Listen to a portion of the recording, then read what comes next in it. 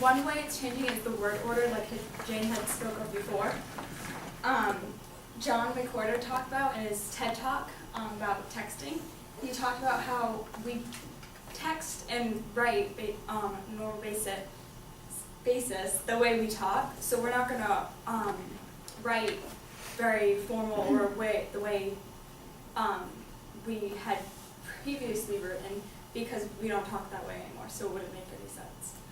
It's also seen in the King James Bible, which will bring all sorts of sources into it. In the King James Bible it says they toil not, and in more recent versions it says that they do not toil.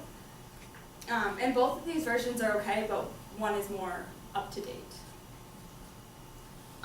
Another way it's changing is of the coining of new phrases and new the loss of phrases.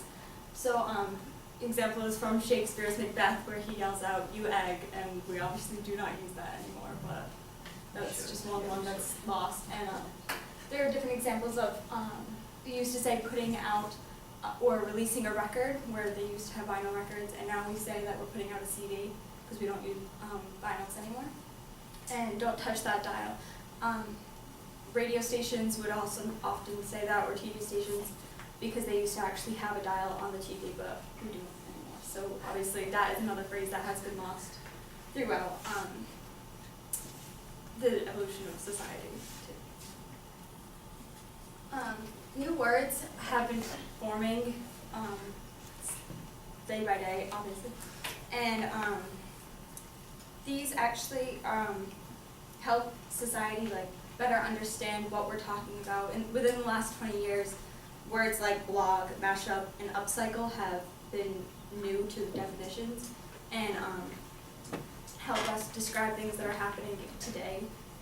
Green is an example of a new definition, because it's no longer just a color. It can also be described to express when you're talking about an environment, something that's helping the environment. You can hear it go green or something. Slash is an example of how texting has actually helped the evolution of language as well. New phrases like slash have been coined through texting to change the subject of the topic. Just an overall, these have shown that the changes in evolution of language have helped communication and better understanding amongst people.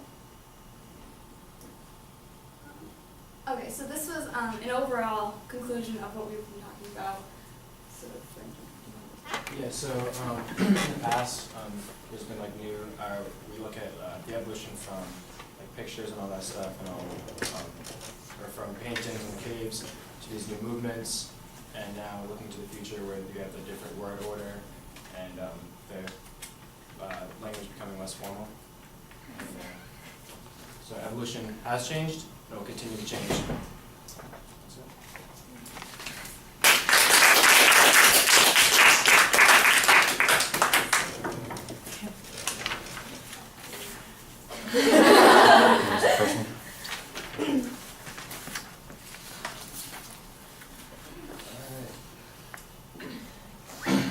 Okay, so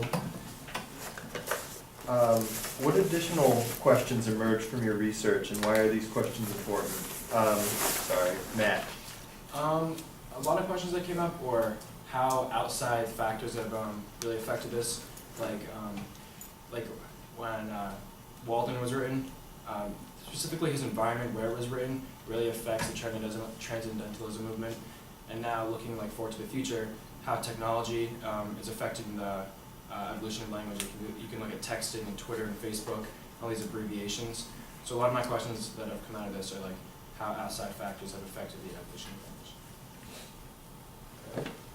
Okay, Jane, what advice would you have for other researchers who consider this topic? Wait, advice on how to tackle researching this, or how to give them info on what it's about? Yes. yes. I think we're looking for, I'm not really supposed to interpret, but I think we're looking for what sort of research advice would you give, where to go, how to dig? Okay, so I would tell anyone who's planning to look at linguistic evolution or word trends to be very broad, because though we were limited to pretty much 3 lenses, you could see that we've tied in pretty much every lens out there. We tied in cultural lenses, we tied in scientific, even environmental with Allison's ethical movement. We've tied in political with Matt's historical, government like comparison. Therefore, I think researchers who are going to take a look at language shouldn't just be focused on what we've focused here, like just historical, futuristic, and whether it's good or bad. You have to tie in everything that's connected to language. That includes like the human geography, the cultural landscape, even like trends, popular culture you can see in like trends these days, and they all factor in. So though we were sort of limited and trying to keep like a specific point of view on this topic, researchers have to be aware that there's a bigger, like broader world out there. Yeah.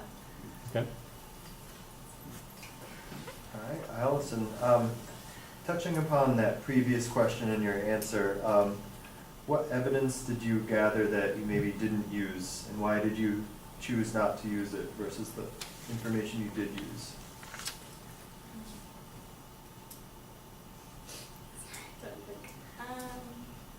I think a lot of the evidence I did find we ended up using, but because we didn't, at least I didn't find much evidence that like wasn't really valid or wasn't able to be used, because we did tie in a lot of different lenses. Okay. Good job, guys. Let's I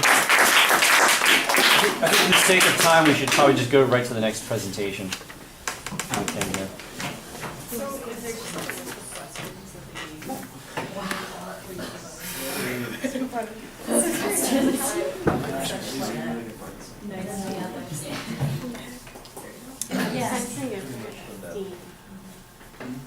Yeah, the alternative made the question. Hi, Sabrina. Well, okay, so yesterday I emailed this to Sabrina, you know, on your document, and I was like, it's there's 5 with the same name, so I renamed it Allison. Meow. Yeah, Allison, I look at our Allison. which it was. Oh my god, Allison. That was so hard.